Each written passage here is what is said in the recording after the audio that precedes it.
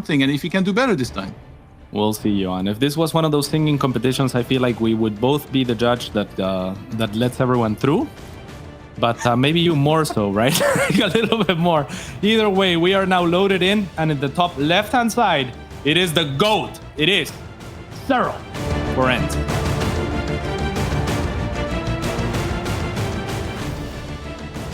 His opponents in the reds from Denmark, playing for Team Storms Gaming, it is MaxPax. If this was a singing show and we were auditioning, we'd be the people that Simon gets really mad at and curses out of the room. Yeah, for sure. But neither of us, if we were judges, would be Simon, I think. Maybe you would be whoever lets everyone through. I think I would give some points here and there, you know? Yeah. All right, MaxPax. He's had one main build recently, which is what Rainer alluded to in the interview earlier. He's been loving the Skytos, and usually when he does that build, it's Stargate shortly after expanding. He does Void Ray, Oracle, Void Ray, and then he'll quickly start +1, go into second Stargate, and immediately starts the game with a very quick third Nexus and goes into a lot of air very quickly. The main thing about this build is that you're very exposed to being attacked by the Queen March and Roaches, Ravagers, which is the main thing that MaxPax scouts for. And if he sees it coming and he gets a lot of shield batteries and can defend very well, then he propels himself into a position in the game where he can he has a very good chance of winning. So the question is, will Serral do that? And if he does, can MaxPax hold? Yeah, you know what? There is very little material from Serral available. Like you said, he doesn't play in the Open Cups and whatnot, but I haven't seen very many Queen Walks from him. Which is a little bit surprising because it is one of the strongest Zerg aggressions that can be popped in this day and age, especially on this map. It's one of the stronger maps for it. So I'm curious to see if Serral does that, or if he has kind of reverted to the Serral of 2018, where he would just try to play for macro games all the time and didn't mix it up. And then he started mixing it up a little bit more and doing some all-ins here and there. But I can't help but to think that most recently we've seen less and less of that Serral and more of the Serral that would just be like, I'm the better player, let's go macro every game. Yeah, Serral is definitely been having a bit more trouble than he once used to. For him not to make the season finals is actually kind of crazy in itself. I wonder if this was a one-time thing, or if he can just pick things up and start doing better in those tournaments. Definitely feels like he still has the potential to. It's like one of those guys, like the saying, right? You can reach the top, but then it's really hard to stay there.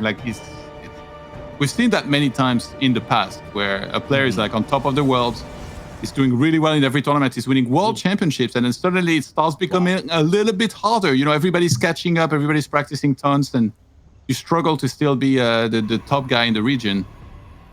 Love to see this from Serral, though. It's going to be a very early all-in to kind of set the pace.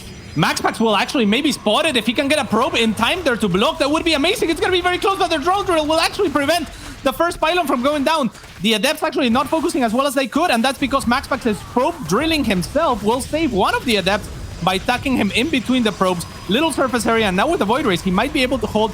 If he holds this, Johan, he will be in a great position. 18 workers to 25. The links are already breaching, but they don't have a lot of surface area on that pylon. MaxPax is gonna wall off behind it. The Cybercore will definitely fall. What's gonna happen, Johan? I have no idea. Yeah, that Void Ray needs to teach a little respect to those links. Yeah, pylon's gonna fall very rapidly. He needs to re-wall already.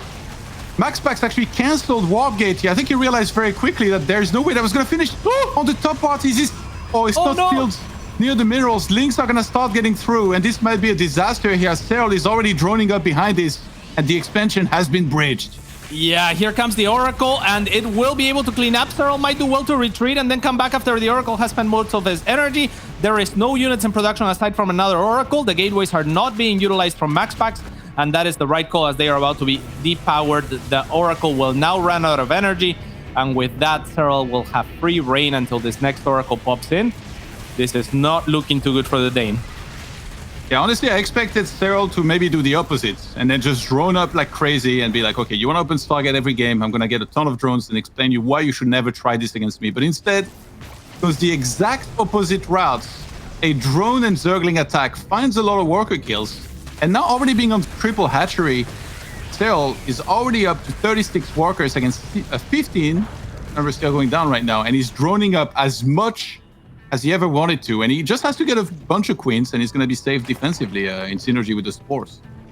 Yeah, beautiful moves from Serral there. He might have been able to end the game if he had continued to commit, but that is also there's also a small chance that he throws the game in that fashion. Instead, he takes his 20-worker lead and says, all right, come at me, bro. I have enough queens now, perfectly positioned for this first 2 oracles. A revelation feels awful even at this point in time. You are just gonna see that your opponent has a fully saturated base at the third. And this is almost like the worst kind of game here that MaxPax getting into, where you start behind so far economically that it's almost unrecoverable, especially against somebody as good as Serral. So he's gonna stay in it. You never know, sometimes somebody can get a misread, do like a wrong attack or something. But I think that if he could truly see all the numbers, if he could see the whole supply, he might just call it, because 43 workers to 26, good luck coming back in this. Like, Serral can just do whatever he wants from here. Yeah, and I think that Serral might utilize this position to try and go for a queen walk this time around. His creep spread is very good, and I think that he can close the game comfortably when MaxPax attempts at taking a third. So I think this would be a good opportunity to show MaxPax 2 things that maybe we won't see throughout the series. I was talking before about how Serral has reverted somewhat, at least in my eyes, to the player that goes for macro more often, to the player that doesn't mix in this type of extreme aggression. And then to see it twice in a game, I think it sets the pace for the series to where MaxPax can't cut any corners, and he has to kind of be on the lookout for anything. Yeah. I mean, he just did his normal build. I don't think he necessarily cut any corner. Like, if he had gotten that one pylon behind the adepts, we're looking at a very different game. Like, if the drones that can actually not get through, and then somehow the adepts shade behind the pylon. So it's a game of details. And this time, I like a lot of the things that he did. He was rewalling off really, really well, but it's just that little thing alone can cost you a game.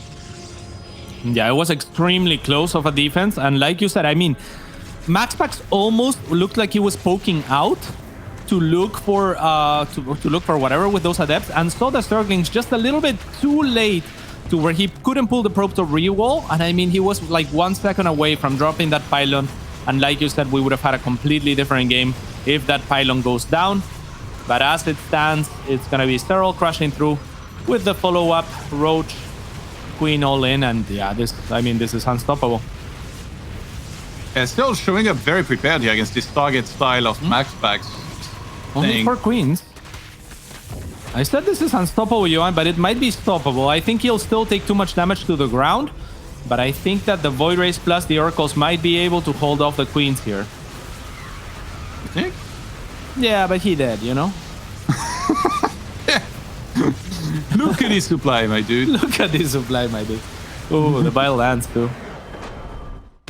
And Serral with a perhaps surprising map number 1 build and aggression here. Works out beautifully for him. And also now he's planted that doubt in MaxPax's mind where, you're going to be wondering the whole time, is there an attack coming that perhaps I'm not ready for? Yeah, it's a double mind game. It's kind of like setting the pace. Like I said, it's really, really cool to see, I think, from the side of Serral, because now he doesn't only take the map win, he also plants the seed that you're alluding to. And MaxPax, I mean, he has to worry about everything moving on forward. So let's see what's going to happen. The next map will be the pick of MaxPax in Oxide. So, not as good for early aggression, not as good for Queen Walks as Lightshade. I think we're expecting a more macro-oriented game. I think we'll get into the Stargates on this one, Johan. Yeah. Overall, that seems to be his plan, which, as predictable as that makes him, it's also his specialty. So that's what he's counting on. The fact that he's like so refined. Like, every time that I watched a game of his where he was doing it, it looked like to a T, the exact same build. There's always, the +1 starting shortly after he starts, usually the 3rd Nexus very early, and then there's the 2nd Stargate, and immediately after, because he's very aware of what could be good against it and an attack, he drops the Robo and goes into Immortals if need be. And then the trick is, or at least that's how I interpreted it from seeing some of his game, is to scout whether there's an attack coming at the time and to get enough shield batteries to hold, which if you can get that hold, you're super far ahead, and then you just, get in a very good position with the Sky Toss. If you don't get attacked into, then it gets into the more economic game with a lot of bases, then it takes into Storm, he has Disruptors, And he's pretty good overall with that army, I would say, but he did lose the game against Laser, where it felt like he was losing patience, and he attacked into like mass force.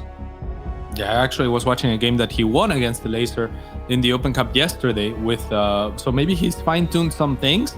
The problem is you're going up against Serral, right? And if there's a Zerg that you don't want to do that style against, or at least that's going to feel a little bit more comfortable than every other Zerg, it has to be the GOAT. Let's see if MaxPax, the young Dane, the up-and-comer, the hopeful for the scene, can bring it back as he spawns in the top right-hand side of the map.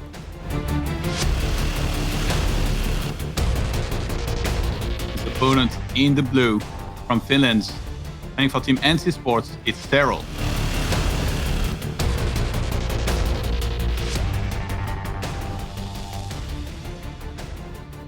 Yeah, I think it would be really cool. Go on. Imagine if Serral just drones up like crazy this game. Yeah. Yeah, I think that's what we're going to see, to be honest.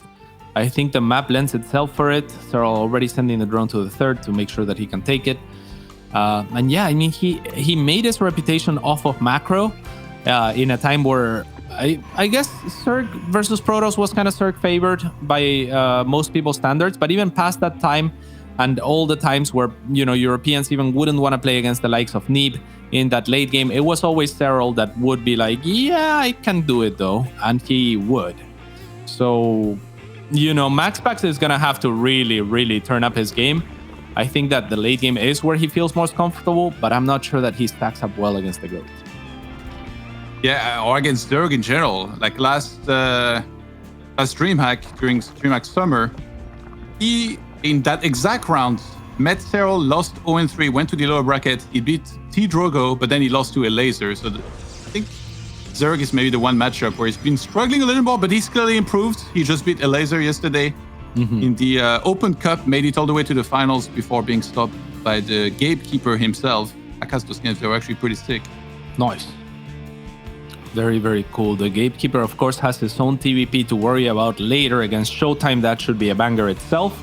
So you'll give us all the insights for that one, as you're very familiar now, I assume, with how Gabe has been approaching that matchup. As the early game here in this game develops, nothing too strange, too out of the ordinary. Yeah, the Stargate usually goes up in the main base for MaxPax. He doesn't put that in the wall. Wants to conceal it at least a little bit. And then that third Nexus sometimes is very early, like as early as like 350. Does he get an Oracle first, or? Usually it's Void Ray, Oracle, Void Ray. It's the main thing that I've seen him do a lot. Yeah. Yeah, that's very interesting, because Void Ray first, I'm a huge fan of that build. It's good for clearing Overlords, it's safe against Roaches. But when you say he takes a very early third, then I get concerned. But when you say he goes Void Ray, Oracle, Void Ray, then all of a sudden the order makes a little bit more sense, because, you know, you need the Oracle to contend with Zerglings at the third a lot of the time. It's actually like 350 might seem like it's early, but that's about the time when you reach like a pretty good saturation on the expansion. Like you have your wall up already, and you just have enough units to really start taking that base like pretty safely. So on the other side, Serral, he went into link speed early. There's always the threat, like MaxPax is very good at, much like Drogo, you know, like how he plays aggressive with adepts and synergizes with air units. Yeah. I also feel like MaxPax is very good at doing that, but usually you'd probably play more Oracle heavy if you wanted to do that. And it is Void Ray into Oracle, which means he'll most likely go back into Void Ray immediately after. Yeah, I actually saw on the NA region from Nina, she was very, very good at killing drones with Void Rays and leveraging their high HP to kind of like dive in there and, you know, not care too much about the queen shots. We're going to get that extremely early third at pretty much, yeah, 340, like you were saying, 345. So very, very early, the Oracle is going to be here as Serral will scout this. And, you know, if it's me, I'm like, okay, well, I can break that since you opened Void Ray first, but Serral did spot the Oracle as well, so he's not going to overcommit to Zerglings. He's just going to do his own thing. And like you were saying before the game, Johan, drone up like a madman. Yeah, I mean, you know that you're facing very few ground units. That is the Stargates that are the main thing that is scary here. Which there is actually some actual mind games MaxPax could throw in, right? Like there is a game you could probably hide a bunch of gateways, go like glaive behind one Void Ray. Imagine if you then show up and Serral only has like pure drones and links, like you would just probably just roll over and die. But yeah, the +1's on the way. That's when the second Stargate comes in, the Forge, and then he'll drop the Robo shortly after to go into Immortals if there is an attack with Roach, Ravager, and Queens. Yeah, one thing that I find very uncomfortable as a position is when the casters in general know what the player is mostly capable of, like as far as like their build order, and you've called this build order to the T, Johan. Like you know exactly what MaxPax is gonna do. Exactly, right? Like the third timing, the order of the Stargate unit, the +1 attack on air. So if we are aware, and Serral did any studying, he should be also well aware of what's going on. And that is always worrisome for me. If a player is unable to mix it up, it's scary. Yeah, it's almost like a double-edged sword, like I said, where yes, you're predictable and the opponent can study your style, but at the same time, you're supposed to be... what MaxPax wants to rely on is that he's mastered that style. Right. He's so good at it. He's solid against everything. There's the Robo I talked about. And now he can start Immortal production just to be safe defensively. I mean, if he feels like he needs to, of course, which a lot of the time probably doesn't hurt to get like a few of these. I really like the way MaxPax transitions, by the way, out of this down the line, where he'll have both Disruptors and Storm. But in this game, it's first going to be the third Stargates and the Fleet Beacon here, most likely for Flux Veins first, and then down the line for Carriers and Mothership. Alrighty, so let's see how that happens. Serral's already going for a Spire against Hellraiser. Hellraiser opened with multiple Stargates, then Serral made Muta. Tried to conceal them from Hellraiser. So let's see if MaxPax can gather a little bit more intel and not get surprised by those Mutalisks should they come. 3 Adepts have already gone down to a very small number of links. So the same links from Serral putting in a lot of work. Already ready for this poke. Absolutely, with a Spore in place, the Queens in place. I mean, Serral is just absolutely ready for everything that MaxPax has thrown at him so far. And that first Adept that died as well, Johan, it died not in range of the shield battery, which ended up costing MaxPax an extra shield battery as well. So units lost up is kind of even off of MaxPax harassment, but it could be a lot better. I wonder if this is going to be a really long game, or will Serral just try and make something happen before? Because I think on the start of MaxPax, you're obviously planning to split the map, make all the right transitions, get Disruptors, get High Templars with Storm eventually. Serral in the past, like you've mentioned it, he's supposed to be one of the scariest Zergs out there when it comes down to, you know, mixing in Infestors, Vipers, Corruptors, and getting a ton of Spores, and playing it slow. So this might very well be the type of game we're looking at here, but 14 Mutas now starting. Yeah, very similar feels to the game against Hellraiser. MaxPax doesn't have anything that is particularly good at chasing the Muta. Of course, the Muta cannot take a fight against Carriers. The Muta will probably be running away from this army of MaxPax. But in the game against Hellraiser, Serral was able to get into the main, kill every worker there, killed something like 30 workers. And where we were looking at armies, and I was thinking in that game, okay, Hellraiser is actually in a pretty good position because the armies actually favor him. Serral just completely bypassed that. He just went for the mineral lines and got a huge advantage. We'll see if history repeats itself, as MaxPax already with a lot of cannons, actually beautiful to see. And Phoenix in production. This is already going better than Hellraiser. Yeah, the Void Race were also in a decent position to help out against this. He's going to lose 5 probes, not the end of the world. Like a little bit annoying for sure to lose these, but immediately behind this, like already being on 4 bases, that means 8 gases to go into whatever he wants, right? And because he's already going to Disruptors, I wouldn't be surprised if he started transitioning very soon into that Templar Archives, who also have Storm, as he's also upgrading exactly well enough, I would say. Like he's getting +1 ground and +2 air already. Oh, the Voidress with Flux Veins House also coming for the Muta. Very cool moves here from MaxPax, who is shepherding this Muta into a corner. Now the Muta forced to fly into the mineral line and just settle for some worker kills, because otherwise they'll just get kited to death. So Serral will pick up a couple of extra probes and then forfeit his Muta. At the same time, he will use the opportunity to go into the 4th of MaxPax with Roaches. The shield battery overcharge is kind of out of range of most things. And as the Void Race repositions, Serral will get pushed back. And Johan, this is what you were talking about. I mean, MaxPax doing this every game, his defense has looked rock solid. Yeah, it's looked pretty good. Serral did find some damage, which was very brilliant here. He realized that the Mutas were going to be chased by most of the army, or all of it rather. Showed up with some Roaches on the right side. We got a few extra kills in there. And yeah, we got literally every upgrade on the way right now. There's Charge, the Templar Archives being dropped.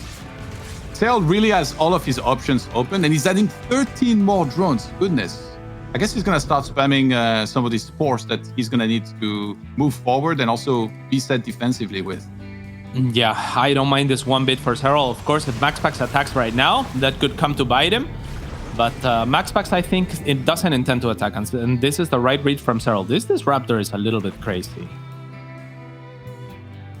Yeah, the micro required for this army is just... It's almost like the opposite of the Protoss micro that you would expect, right? Back in the day, it was just like attack, move, and then you storm. The Colossus were just going to do the work by themselves. Now you got disruptors to worry about as well. Eventually, there should be a mothership, which requires like 24 hours babysitting, cats, let me tell you. I don't know if you play with the mothership, but that thing is terrible to keep alive.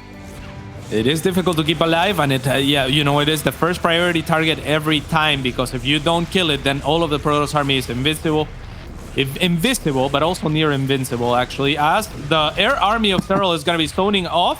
That's going to slow MaxPax and makes him regather his army before actually going for these roaches. Will be forced to warp in units, and this is really cool that he even has the gateways available to try and respond to this sort of aggression in a different way than just the Stargate. So MaxPax kind of hedging his bets, not putting all of his eggs in one basket with the air, and instead just having the availability of those gateways. He's so well prepared. And MaxPax, again, like, because this is a style he plays so much, he knows exactly how to mix in different units. Like we see, he's already up to 5 carriers, 8 Void Rays.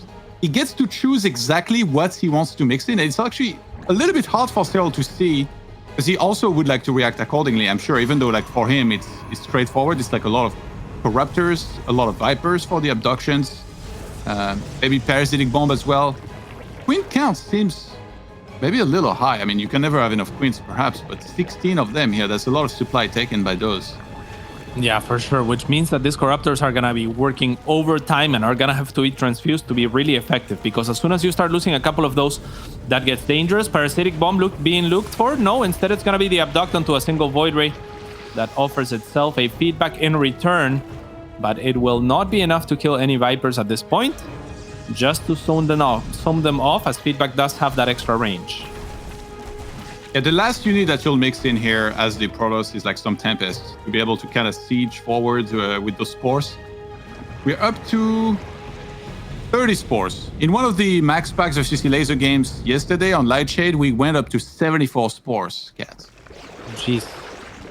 Was that the Blackburn game or the game before? On Lightshade. Oh, damn. Oh. That's absurd. Well, let's see what Serral does. Did a laser ever get to this high of a drone count yesterday? I think similar, probably, maybe a little less. Yeah, eventually, right, you start filling a little more, but first you have to build a bank. Mm-hmm. And there is also, like, it depends the timing where you're making all of the spores. Like, some players, they will bank a little more before, but it's not like necessarily the thing that you have to do. Mm-hmm. Yeah, it was definitely lowered. It was upwards of 90. So Serral already has mined a lot of resources out on the map. He has not traded super effectively. Let's see what the Banelings can find, as they have to spend a few of their shots in breaking through here, and the rest of the links might be able to find the rest of the defenses. MaxPax going into creep potentially, leading with those Templars, trying to get those feedbacks. Still a couple of Vipers ready, and the Mothership will get abducted. Beautiful job from Serral there on the retreat for MaxPax, who was preoccupied dealing with Ling Rambai. If you're going to be this good with the Abducts, I guess it makes sense to have that many queens, because now whatever, like, of course, usually you have, maybe you're a little bit more Corruptor heavy, but whatever you abduct is going to melt instantly. But now it feels like even more so with all of these queens, which can also use transfusions on one another. And that's, you know, MaxPax on one hand, I feel like his build order is really good and he does this build very well. But at the same time, I do feel like his Mothership management is not always the best, and army movement as well, right? Compared to, like, in the past, we've seen Showtime and Neeb play that style also masterfully, where they were like just perfect with the Tempest count and shooting down the spores from afar. Yeah, and I love what Serral is doing with small little bits of links. He always has a little bit of extra supply to kind of harass the base where the air is not. This is something that Elaser and his replay analysis after losing to MaxPax identified that he could have done a little bit better. We see Serral doing it by default right now, and it's gonna work wonders for him as he puts the Dane down to 60 workers. and now force him to wall off. And we see a tectonic destabilize. It's such a hard thing to say. Destabilizers coming into play, so he wants to siege eventually here a little bit more with the Tempest. How do you say it, guys? I have no. Tectonic destabilizers, I guess. I just love the easy when you tectonic. say it, but for a Frenchman, like that word should never be said. I feel like it's impossible, Johan. But yeah, I mean, this is already looking pretty decent for Serral, who is down now to 70 workers. So as he continues to take bases and as he continues to mine out some of those bases, already his natural nearly mined out, his third nearly mined out, main completely mined out.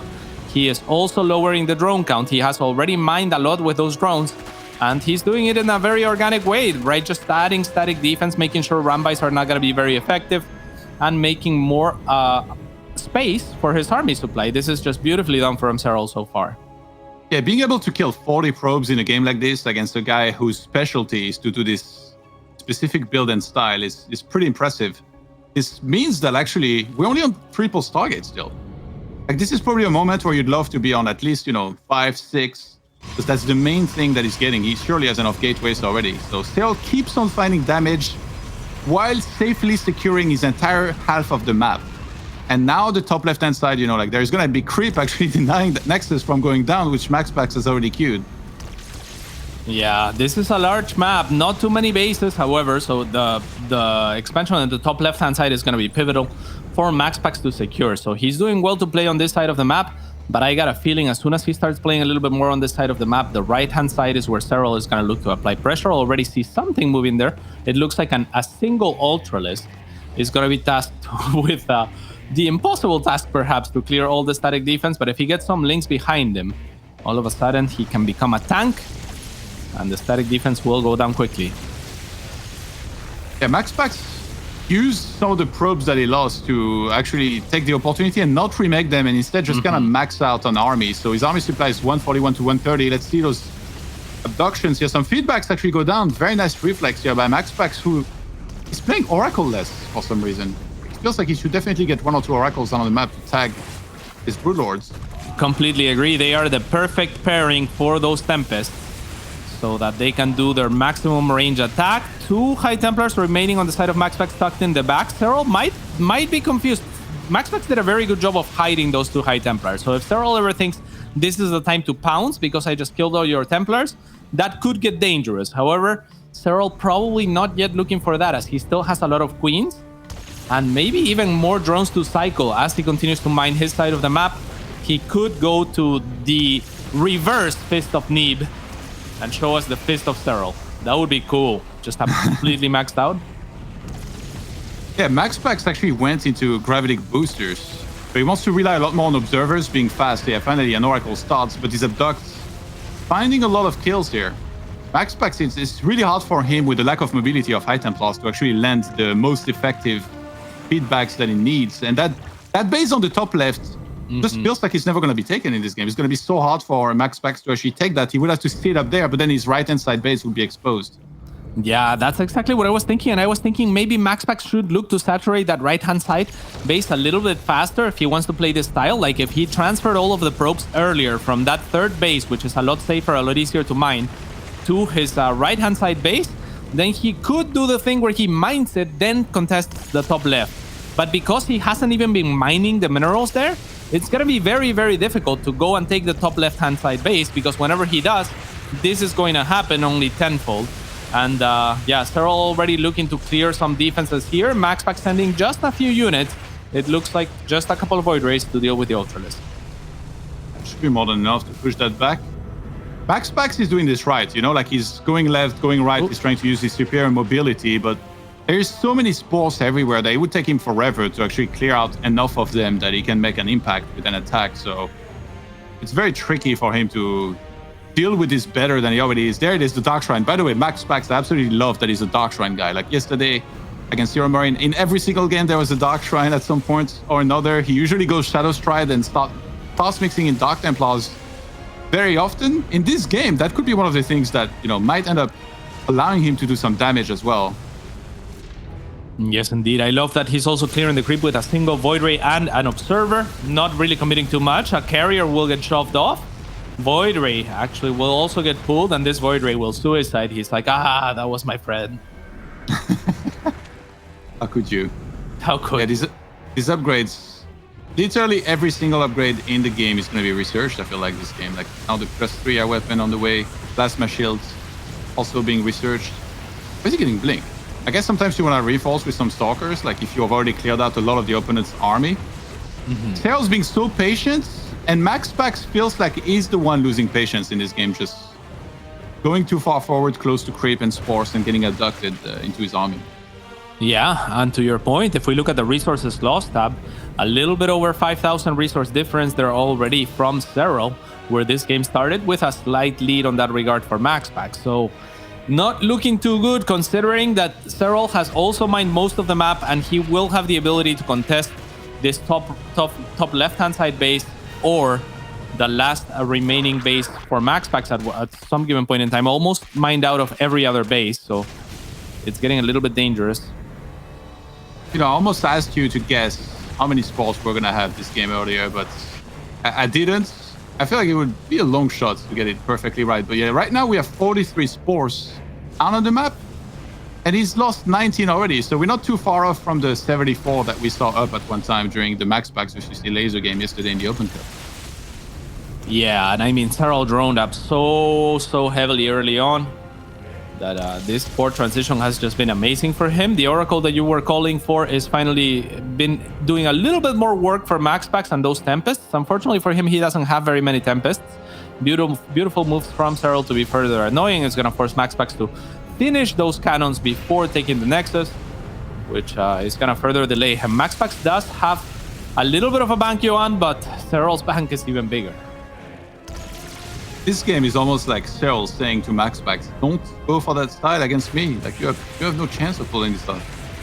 It's almost like trying to break him mentally, I feel like, with how patient he's being. Never overextending, just sending the exact right amount of units. On the right-hand side, now we got an Ultra and some Links breaking into this expansion.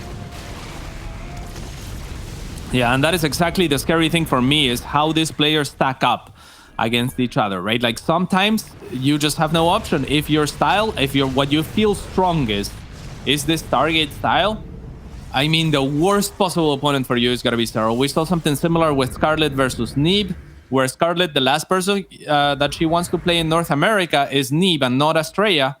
And Estrella is a little bit more of a mid-game oriented player. He can play the late game, but few people can play the late game as well as Neeb, right? So it's kind of the same case here, where Serral is a master of the Cirque late game. Look at what Serral just did. He showed up in the top left-hand side with anti-air and Vipers, and also an off-ground to overwhelm that position, because he saw that there was Void Rays being left over. The Nexus is not even going to be cancelled.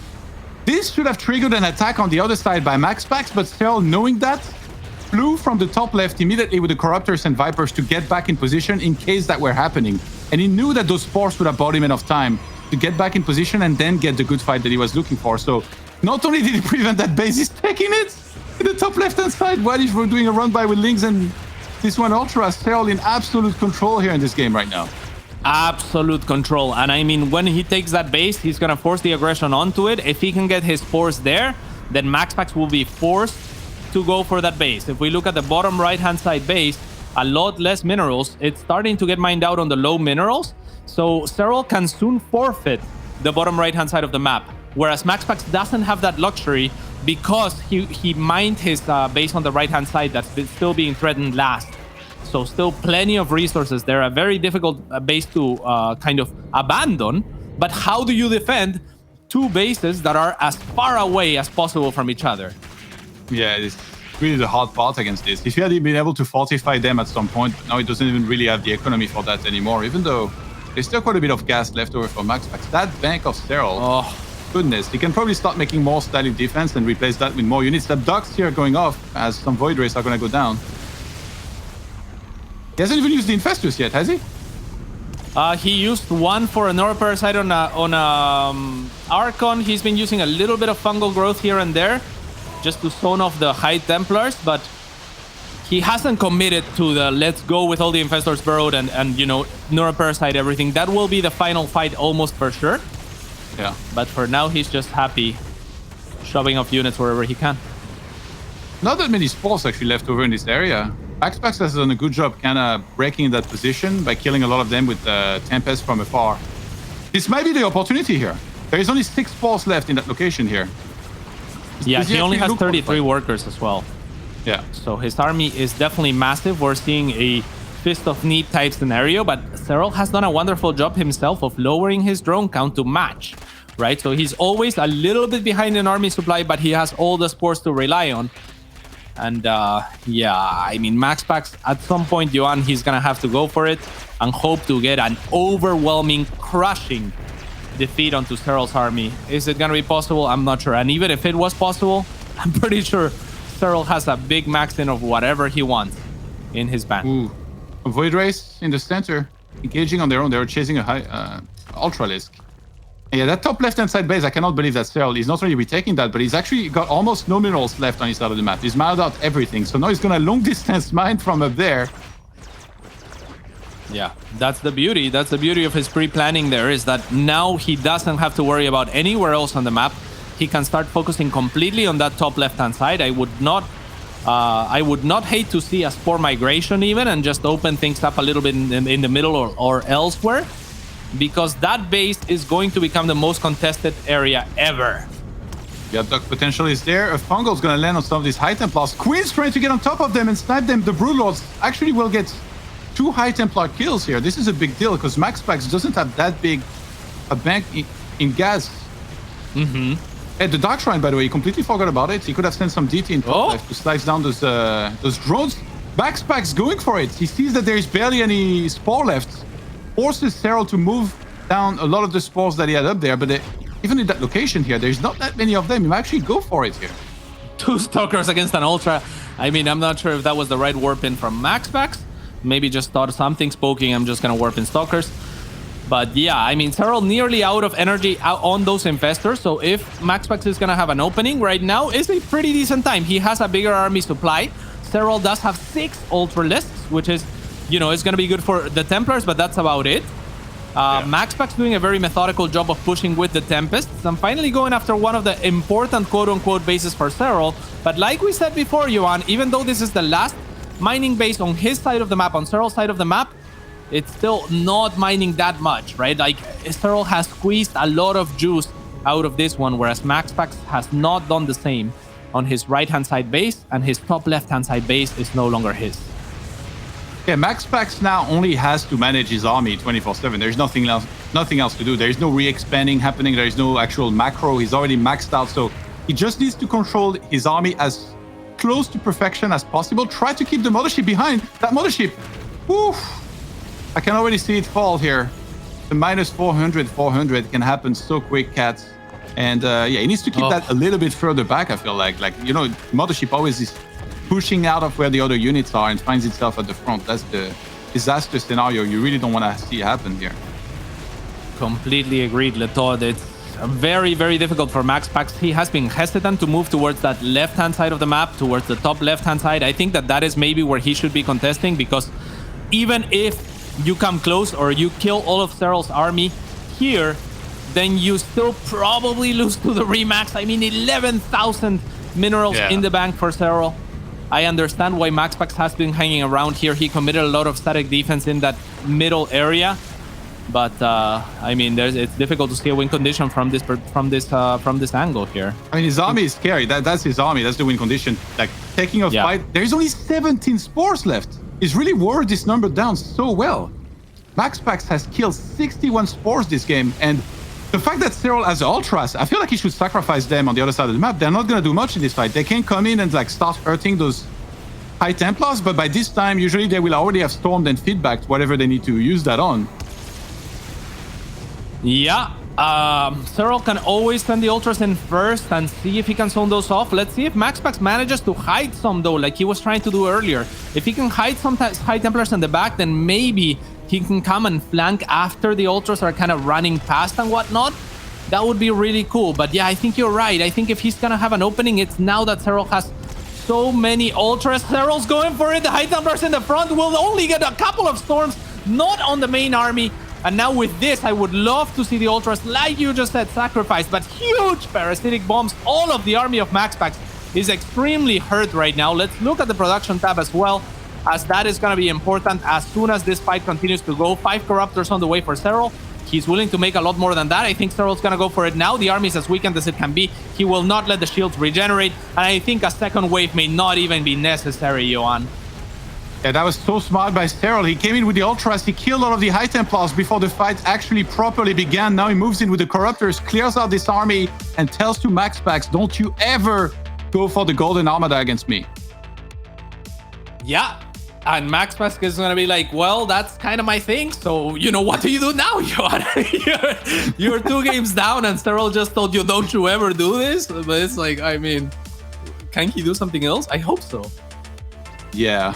I mean, obviously, you can always hope for better execution. Like, it did feel that game like that maybe Serral was able to find more damage than he should have been able to, but it's also why he's so brilliant and why he's one of the best in the world, is because he'll know when and where to send, you know, Roaches, Lings, Ultras, even the Corruptors who are being so active. He would always send ground units to the left because there was not much ground for MaxPax. And when MaxPax would send Void Rays to the top left to defend, then Serral was like, oh, I'll just send Corruptors and kill your Void Rays. So he just got good trades the entire game, and that just built up this bank that even if he had somehow barely lost that fight, he still would have been able to remax and win. Yeah, the incredible thing about Serral, to be honest, is that he was able to kind of keep the lead on every regard, right? He had more workers. A lot of the time you trade cost inefficiently as a Zerg, and you say, well, that's okay because I have a much bigger economy.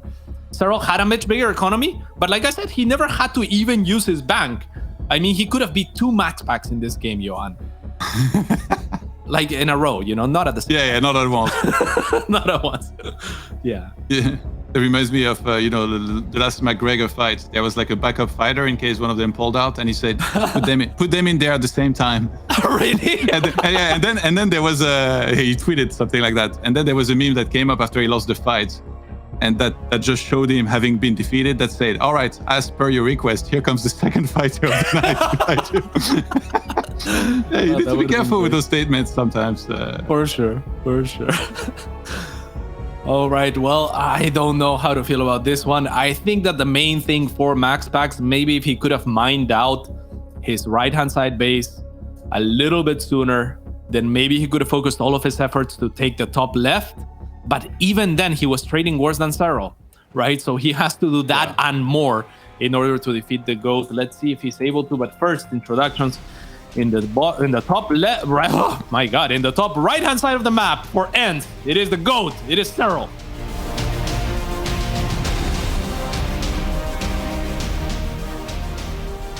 In the bottom left, in the red from Denmark, of 5 Storms Gaming, is MaxPax.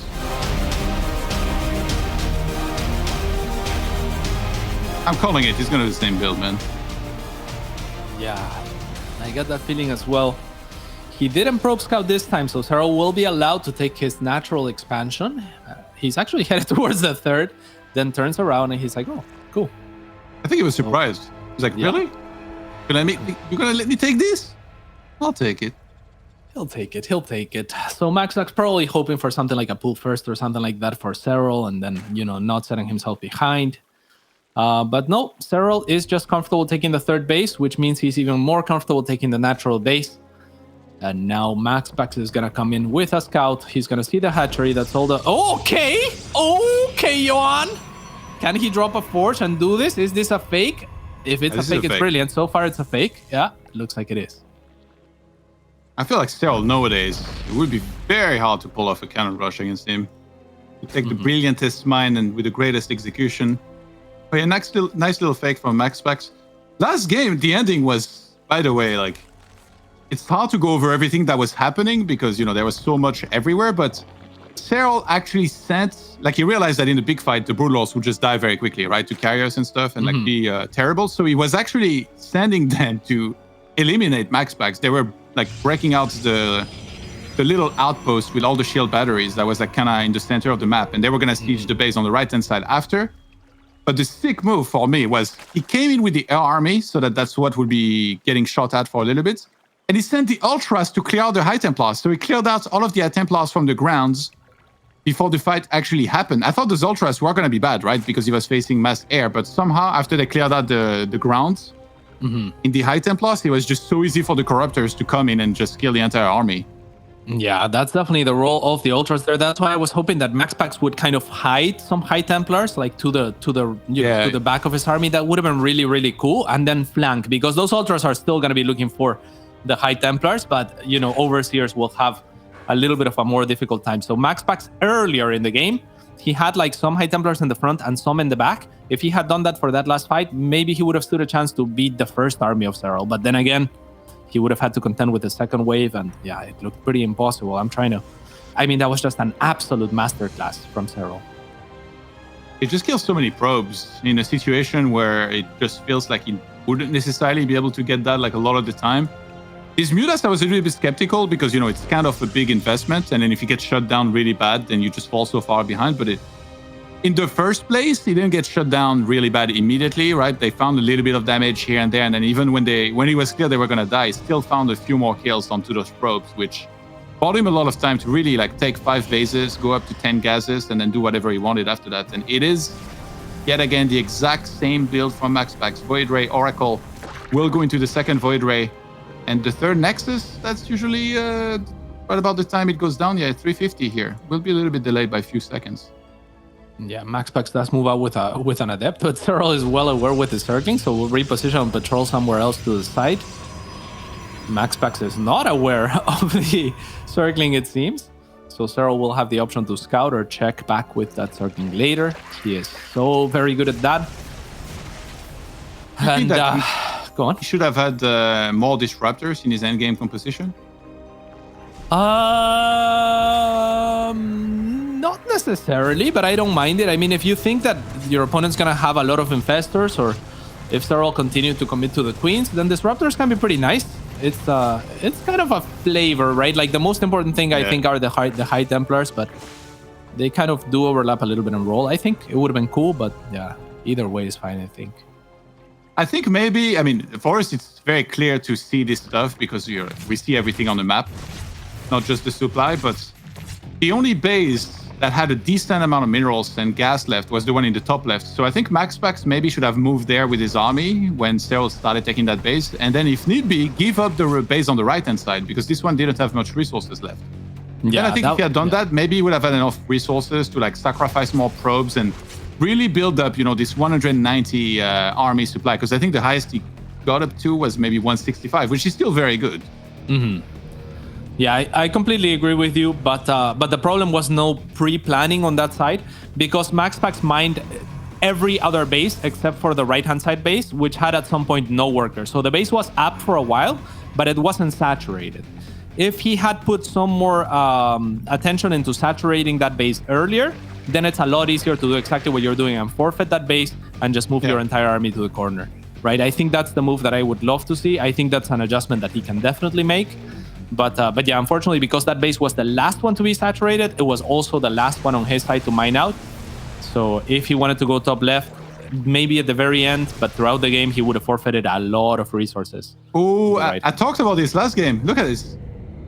He has the Twilights. Oh, I thought it might actually be Glaives. Okay, this might not necessarily be aggression. Because he gets the Robo, which is standard here for MaxPax to go into Immortals if he needs them. Like if there's an attack coming, which against Serral, like you said, is not super likely. But I saw the Twilight maybe a bit earlier than usual. I was like, okay, he might go Glaives and like 6 gates. Because he knows that Serral's just going to overdrone a lot of the time here. But he goes charge and drops 6 additional gates. So he's going to go up to 7 total. And even though he's going Templar Archives, which looks like, it's just for standard transition into High Templars eventually, there is going to be some big aggression potential here momentarily for MaxPax as soon as he wants to, if he gets a Prism in particular. Oh, that's central, please, no force field, and that is actually huge. This will get unpowered. The probes have to run for their lives. Beautiful move from Serral to distract MaxPax with the Ling run by. We know where MaxPax's attention was then.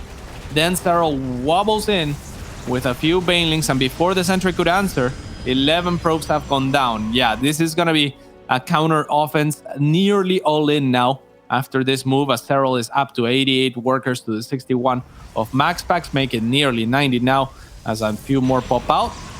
And yeah, we're going to see the Warp Prism. The Warp Prism will be the trigger here. as there will be a lot of units from MaxPax. Bad news, Serral already has Banelings, almost has Baneling speed. Good news, he's going for a double Spire. And this is typical of Serral here. He never telegraphs any of the attacks or run-bys that he goes for. He keeps you busy somewhere, makes you worry about something so that you're not looking into that third base. And that's when the Banelings start rolling in and do the most damage that they can get because you were looking elsewhere and he kept you busy. So now the counter-attack, big Zealot Warpin. Serral is trying to crank out as many Lings and Banes as he can. He has so many Queens against those Void Rays. Yeah, and there are 10 Banelings morphing. They already have Baneling speed as well. Zealots are gonna struggle to kind of be micro, to be honest, as they are the type of unit that you kind of just want to attack move a lot of the time. But a lot of the chunky units for MaxPax are gonna remain. One of those Archons does get fully surrounded and taken down.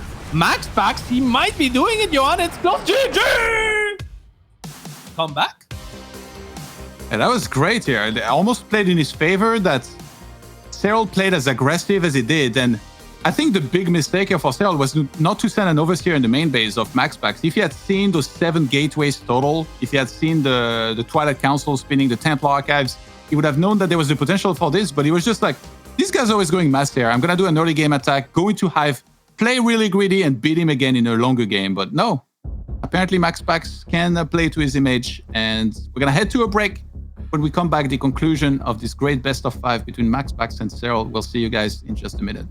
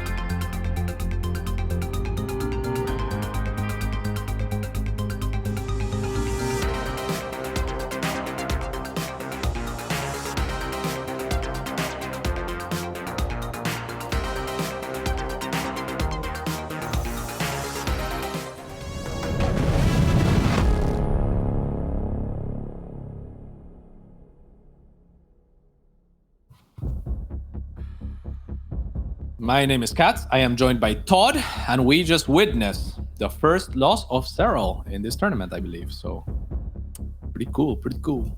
His first map loss and the first map that MaxPax has ever won against Serral in a tournament as well, provided it's only the second time that they've ever met. But yeah, after he was down 5 maps, finally scores one. Let's see if he can do it again here as we head into Beckett Industries, starting in the bottom left-hand side of the map, playing as the Red Protoss from Denmark, MaxPax.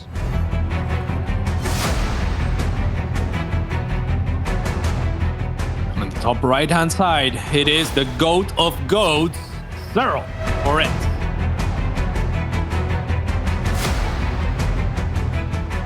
This map is exciting, Johan.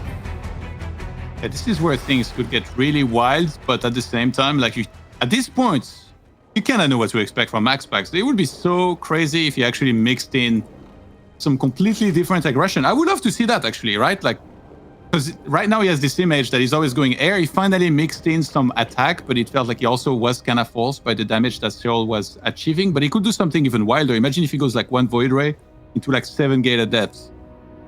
Yeah, that would be pretty cool, or even wilder even. I think that my favorite build of this tournament was Mana versus Raynor on this map. Mana went for Tempests. It made so much sense, and it caught Raynor off guard. MaxPax is no stranger to Tempests, so some mix-up like that for Beckett would be cool. I mean, if there is a map that you have to consider switching your playstyle for, it's got to be Beckett Industries. Yeah, there's also always the chance that Serral is the one to try and take the aggression to him. Once upon a time, Serral was definitely that guy that would almost, in my opinion, never get necessarily aggressive just because he didn't need to. He was so good at reading the game, droning up, getting himself in no! that probe. Dude, what the? He just didn't mineral click. Yeah, he thought he did, I guess. He's nervous, man. Bombs are sweaty, and that probe is dead. All right, well, let's see if he also brings the mom spaghetti here, Johan, because he's gonna need all the energy that he can gather, especially after an early loss of a probe like that. I mean, against a player like Serral, that kind of thing can play a little bit of a role, mentally even, right? It's taxing. It's like, oh my God, I'm making mistakes. All of a sudden, voices in your head go off, and they're like, oh, I'm making mistakes. That's not good. Drops a Stargate, and we'll see what he can do from here. Yeah, I love to hear actually about that earlier from Raynor because, he made it sound so easy. He's like, yeah, no, it's coin flip, move on. I'm like, move on, dudes. You know how many keyboards I've destroyed, €100 after I've lost one of those coin flips? But no, it's great to know, some of these guys, I'm sure he's worked on his mindset, even though he didn't go that much in depth about it. He admitted that he used to get more emotional than now. And it feels like for MaxPax, because he's a newer face, I guess you could say, to the scene and hasn't been around forever, there might still be, some nerves here and there, and maybe also some emotions playing a factor in this kind of game. Yeah, for sure. I think it also comes down to what type of person you are. I think that Raynor is very instinctive, very intuitive, but other players, I think, can get in their own head just because they are actively trying to consciously process everything, right? Trying to put their actions into words. I don't think that Raynor's actively trying to do that in game. I think that he can get lost in the flow very easily. But I think that players like Lambo, for example, or players that, even if you watch streams, players that are actively commentating, usually know what they're doing in words, right? And that's when you can start thinking to yourself in words also, rather than just shaking off a feeling, which you don't think that almost everyone has an inner dialogue? To some degree, yeah, but a lot of people can get lost in a flow. Drogo, Elaser, for example, has said in interviews, people usually ask me in interviews, what was I thinking during this stage of the game? I wasn't thinking about anything. And that happens. I mean, and it's not that they're non-thinking people. It's just that you can really get lost in the flow. And yeah, I think people process things differently. There's all kinds of people for sure. And actually, that's a very interesting thing to bring up. But yeah, we do have the +1 air weapons here yet again from MaxPax, the early third base, which by now Serral is very well acquainted with. And have the Roach One being dropped down. And with that rush distance, anything's possible here. The thing is, if MaxPax goes for something, ideally it should be concealed, which is very hard against somebody as good as Serral, because he could send in, an overseer at any time. And the same goes for Serral, right? the Void Ray and Oracle, they could fly in from any angle and like spot what it is that you're trying to throw at the opponent. So it's always a bit of a game of chicken. It's like, who's going to make that first move here with the aggression? Well, right now, I'm not sure who the chicken is, Johan, but MaxPax is definitely going for the same opener that he has been going for. He has shown, however, that he can mix it up. So kind of throwing things back into that court where Serral all of a sudden has to be like, okay, so you're capable of mixing it up. Even if you open with the same opener, you can still do something different off of it. So we talked about it in the first game where Serral was actively trying to also set the pace for this best of 5. MaxPax has kind of done the same, where momentum shifts back in his favor, where Serral has to be considering extra options. And yeah, we'll see what he does. Cute fake queen walk as well, or is it a real queen walk? He's being melee +1 and taking 2 more guesses, so probably not. On this map, as somebody who's also played Mass Air at times, if I look at the overlay of the expansions and how tight it is, it's almost like one small alleyway, right? Where yes, from completely left to completely right, there is a bit of a distance. I don't really mind this so much as a player, that would want to try to turtle and play with Mass Air. So perhaps MaxPax, thinks the same. He's like, okay, well, all those bases are together. I'm definitely down to try and play it out like the way he did earlier in the long game, but this time with better defense and then just win with the Mass Air. Yeah, it's a choky map. And actually, if we look at this area of the map, if we go down one base, the base from MaxPax can actually siege this base potentially from Serral from his low ground. He can have shield batteries down there. Exactly. Thank you, Niall. And then siege that base with the likes of Tempests later on as well. So yeah, I think I like this map quite a bit for splitting it basically for the proto side of things. MaxPax being very active with these Void Rays on the map here. He's got 4 on the right-hand side, 2 on the left-hand side, maybe willing to show up and try and snipe like the Queen or something up there. In the meantime, double Robo with the Robo Bay. Yeah, so I think most likely Disruptors, but a switch into Colossus wouldn't be too bad either. Disruptors are great defensive units. My problem with Disruptors, if I was to point one on this map, is that the creep spread will reach the other side very quickly and Disruptors lose a lot of power on creep, because all of a sudden, to land Disruptors against an army of the GOAT on creep, that's going to be very difficult. Defensively, however, they are just about the best possible unit to get early on. Yeah, I feel like at top level, I never see big Purification Novas anymore. Whether it's against Clem, Hero Marine, Serral, Raynor, those guys are so damn good at fully understanding how it works, how long's the cooldown, and making sure those damage are always minimized. Yeah, so for me, Purification Novas on defense are easier to land because your opponent is attacking into you, so they have to kind of run into them and dodge in that fashion. And because in the particular case of Zerg, you are off of creep as well, so your units are much slower, right? But on creep, usually you could just run back, which is much better than running forward, and you can run faster. So aggressively, they are not my go-to. I do not like them very much. Defensively, however, I think they could do a great deal of damage. We'll see if they're even ready for this attack. However, as Serral is going to throw the first punch here, only shoving off a few units, however, not wanting to overcommit. But I like the poke because he did deny this base just a few seconds ago, or delayed it rather. Yeah, I think MaxPax would have been confident enough here to take the fight with already 3 Disruptors. That's a very scary Void Ray count, and he's not going into any carrier yet. Is there a chance that maybe MaxPax just stops making Void Rays now, goes into a lot of grounds, and maybe pressures heavily against the Roach-heavy army with the Disruptors? Yeah, that's kind of what's happening. Stars +2 for ground units. Disruptor trying to connect, but on creep actually does get a few of those units, but still really on the chase against this army here. Yeah, MaxPax always having 1 extra Disruptor shot available, so Serral can't really collapse onto him off of creep. So I love that MaxPax is kind of staying off of creep, clearing a little bit of creep. If there's an army available, then, maybe you get a Roach for free. That's better than nothing. He just has to be very careful not to overcommit, not to overextend. That's a lot of Queen. MaxPax is a little too trigger happy here with those Novas. Productions are gonna get rid of all the Disruptors. MaxPax had invested so much into this attack here. This is almost his entire Disruptor count except for 1 going down. And behind this, like I said, there is no carriers yet. He doesn't even have the fleet beacon. He's only starting it now. He starts Storm as well. No. Bit of a panicky transition. Yeah, very nice run by, however, finding the space to kind of siege that Warp Prism in the corner without Serral noticing. And will kill only 2 workers. Oh my god, Serral's just so good. Completely gets around them now. The Banelings are going to collapse onto clumped up Zealots. The Spines are going to be here for the next wave. Serral might reposition some of those to account for where the run by came from. The hatch on the right. The hatch, hello? Go. Not like this. Not Happens like to the best. Just after he had the best defense at the top, like Serral is so good. Yeah, I mean, yeah. When you say happens to the best, that is all the evidence you need, right? Like, yeah, it does. Second Spire on the way here for Serral, who's already seeing this game just going way further down the line. And on the other side, we got Flux Vein starting. If we got a decent amount of Void Rays, I feel like you should always get it. He's got 10. Oh my god.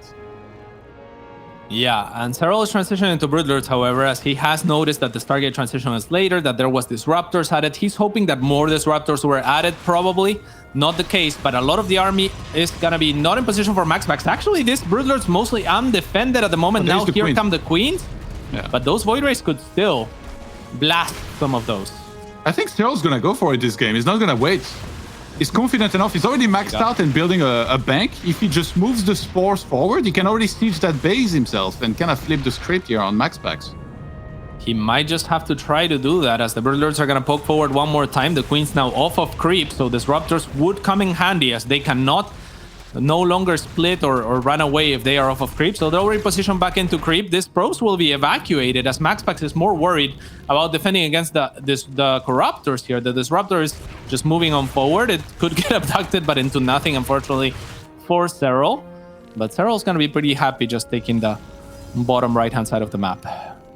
Yeah, MaxPax is about to reach 4 carriers, but I think in the chaos of everything, he forgot to start gravity on catapults, which is definitely a key upgrade to get when you're going for this. Storms is on Zealot here for a little bit. Still, kiting is just so insane. He actually tanks some of these storms here with the roaches, and now he's standing everything back. Broodlords are going to take a while to get up there, but he's looking to try and get a big fight win. And I wonder if MaxPax will stay there and maybe recall. No, he just starts running away as he knows that the army is headed up there.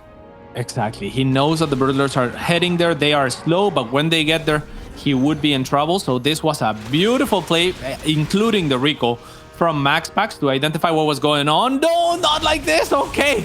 A prompt probe pull this time around without much of a heads up either. So very well done by MaxPax this time around. Only loses 3 workers to the Banelings.